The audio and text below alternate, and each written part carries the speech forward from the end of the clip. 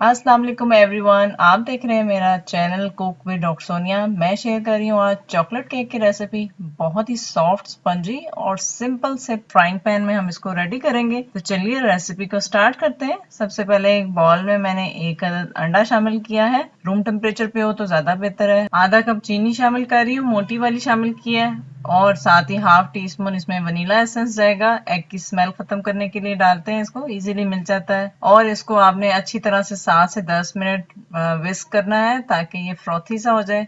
मोटी चीनी ऐड करेंगे तो टाइम थोड़ा ज्यादा लग जाता है। ऑयल में ऐड कर रही हूँ 2 टेबल स्पून और 1/8 कप आप कह सकते हैं। अच्छा सा इस तरह से व्हाइटिश फ्रोथी हो जाए तो साइड्स को क्लियर कर लें। और फिर अब हम इसमें 1 कप डालेंगे मैदा छान के। 2 चम्मच इसमें मैं कोको पाउडर ऐड कर रही हूँ। हाफ टी स्पून इसमें बेकिंग पाउडर है और 1/4 टी स्पून बेकिंग सोडा शामिल करेंगे। अच्छी तरह से छान लें। कैस्टर शुगर की जगह मैंने मोटी चीनी का इस्तेमाल इसलिए किया है कि अगर आपके पास अवेलेबल ना हो तो आप मोटी चीनी से भी इजीली केक को रेडी कर सकें।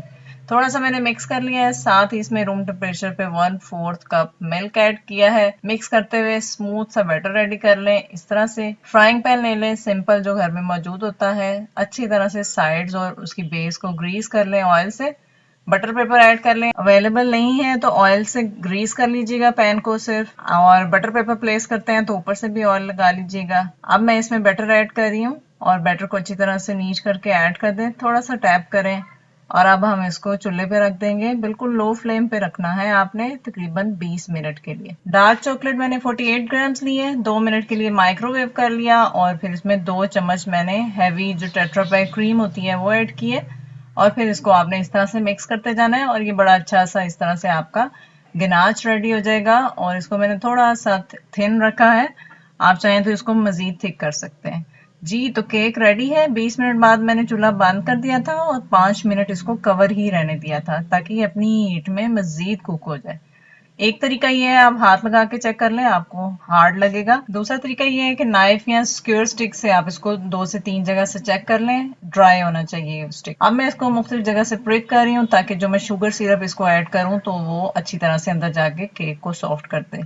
हाफ कप गर्म पानी में मैंने 1 टीस्पून शुगर ऐड किया है, मिक्स कर लिया और ये पूरा हाफ कप मैंने केक में ऐड कर दिया था। ये ऑप्शनल है, अगर आप ऐड करना चाहें तो, अदरवाइज जो स्किप भी कर सकते हो, लेकिन उससे केक बहुत सॉफ्ट रेडी होगा। गनाच ऐड कर लें, उसको फिर साइड से अच्छी तरह से फैला लें। चॉकलेट चिप मैंने रेसिपी ऑलरेडी शेयर कर दी हुई है, रेसिपी लिंक भी मैं डिस्क्रिप्शन में दे दूंगी। ये देखिए जबरदस्त सा सॉफ्ट स्पंजी केक रेडी है। रेसिपी को लाइक शेयर और कमेंट कर दीजिएगा। अपना फीडबैक जरूर दीजिएगा। Thanks for watching.